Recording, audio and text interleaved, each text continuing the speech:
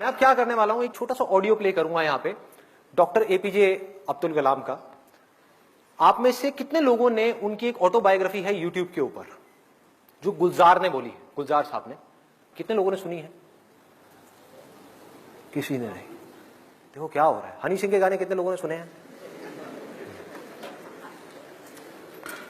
4 bottle vodka, 4 bottle vodka, 4 bottle vodka. उसमें Sunny Leone दिख रही है डांस करती हुई। माइंड हमारा वर्ड्स में सोचता नहीं है, पिक्चर्स में सोचता है। तो जैसे ही वो गाना चलेगा माइंड के अंदर सनी लियोन आएगी। सनी लियोन आएगी, आप नेट पे जाकर के सनी लियोन सर्च करोगे, हो गया टाइम पास। क्या होगा? बोलते रहेंगे आपके पेरेंट्स, बेटा ये मत कर, वो मत कर। नहीं मम्मा कुछ नहीं कर रहा, मैं तो पढ़ाई कर रहा हूं। कौन सी पढ़ाई होगी? क्यों करोगे पढ़ाई? कोई वजह ही नहीं है पढ़ाई करने की।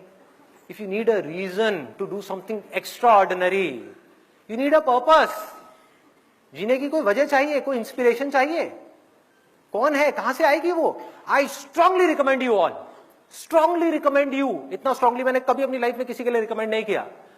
Doctor APJ Abdul Kalam students के लिए, उनसे बड़ी इंस्पिरेशन इस पूरी दुनिया में कोई नहीं है स्टूडेंट्स के लिए।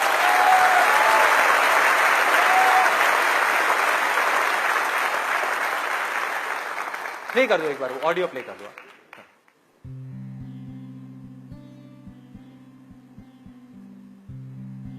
1990 के रिपब्लिक डे पर देश ने मिसाइल प्रोग्राम की कामयाबी का जश्न मनाया।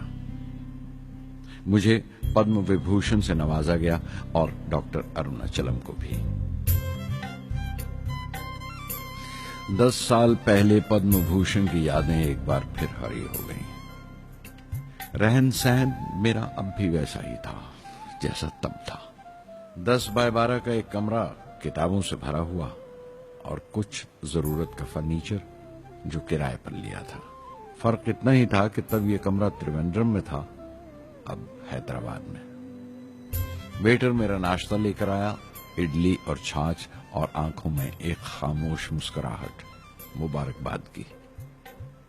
मैं अपने हमवतनों की इस नवाजिश से छलक गया।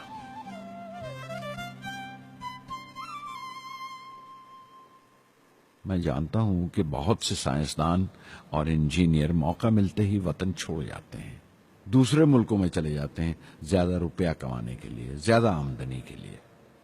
लेकिन ये आदर, मोहब्बत और इज्जत क्या कमा सकते हैं जो उन्हें अपने वतन से मिलती है। 15 अक्टूबर 1991 में 60 साल का हो गया। मुझे अपनी रिटायरमेंट का इंतजार था। चाहता था कि गरीब बच्चों के लिए एक स्कूल खोलूं। ये वो दिन थे जब मैंने सोचा कि अपनी जिंदगी के तजुर्बे, मुशाहिदे और वो तमाम बातें कलमबंद करूं जो दूसरों के काम आ सके। एक तरह से अपनी स्वाने उम्री लिखूं, अपनी जीवनी। मेरे ख्याल में मेरे वतन के नौजवानों को एक साफ नजरिए और दिशा की जरूरत है। तभी ये इरादा किया कि मैं उन तमाम लोगों का जिक्र करूं जिनकी बदौलत मैं ये बन सका जो मैं हूं। मकसद ये नहीं था कि मैं कुछ बड़े बड़े लोगों के नाम लूं, बल्कि ये कि कोई शख्स कितना भी छोटा क्यों ना हो, उसे हौसला नहीं छोड़ना चाहिए। मसले, मुश्किलें जिंदगी का हिस्सा हैं और तकलीफें कामयाबी की सच्चाइयां हैं। जैसा कहा है किसी ने, खुदा ने यह वादा नहीं किया कि आसमान हमेशा नीला ही रहेगा, जिंदगी भर फूलों से भरी राहें मिलेंगी। खुदा ने यह वादा नहीं किया कि सूरज है तो बादल नहीं होंगे, खुशी है तो गम नहीं, सुकून है तो दर्द नहीं होगा। मुझे ऐसा कोई गुरूर नहीं कि मेरी जिंदगी सबके लिए एक मिसाल बनेगी, मगर यह हो सकता है कि कोई मायूस बच्चा किसी गुमनाम सी जगह पर, जो समाज के किसी माजूर हिस्से से ताल्लुक रखता हो, ये पढ़े और उसे चैन मिले। ये पढ़े और उसकी उम्मीद रोशन हो जाए। हो सकता है ये कुछ बच्चों को नाउमीदी से बाहर ले आए और जिसे वो मजबूरी समझते हैं वो मजबूरी न लगे। उन्हें यकीन रहे कि वो जहां भी हैं खुदा उनके साथ है। काश हर हिंदुस्तानी के दिल में जलती हुई लौ को पर लग जाए और उस लौ की परवाज से सारा आसमान रोशन हो जाए।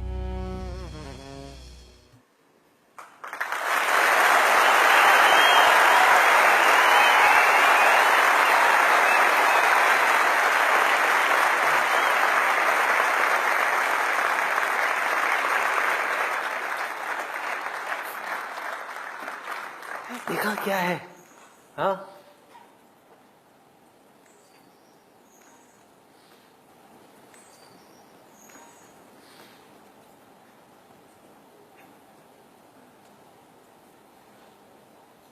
ऐसे लोगों को सुनना है, ऐसे लोगों की बातें अंदर जाने देनी है।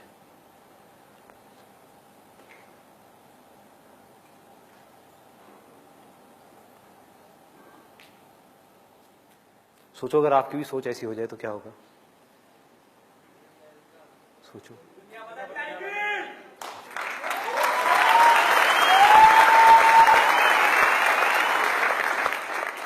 दुनिया बाद में बदलेगी, पहले आपकी जिंदगी बदलेगी।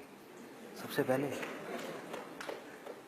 दुनिया को आप तब तक नहीं बदल सकते जब तक खुद को नहीं बदलोगे।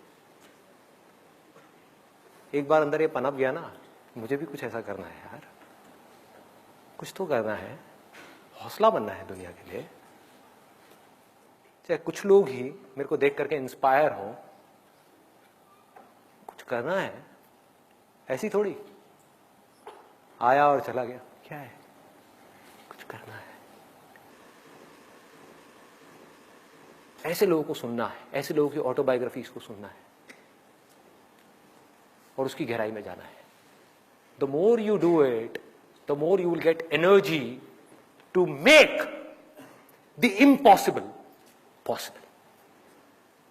वर्ड है ना ये डिक्शनरी में, आप सबके है ना? ये नहीं हो सकता, इम्पॉसिबल है। अरे मैं ये नहीं कर सकता, मैं वो नहीं कर सकती। मैं क्या नहीं कर सकते आप? क्या फर्क है उनमें, डॉक्टर कलाम में, मुझ में, या ऐसे और पता नहीं कितने आए और कितने गए और कितने और आने वाले हैं? क्या फर्क है?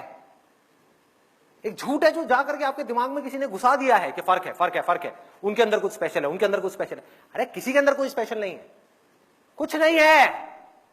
जिसका डिजायर जितना बड़ा है उसकी सक्सेस उतनी ही बड़ी है।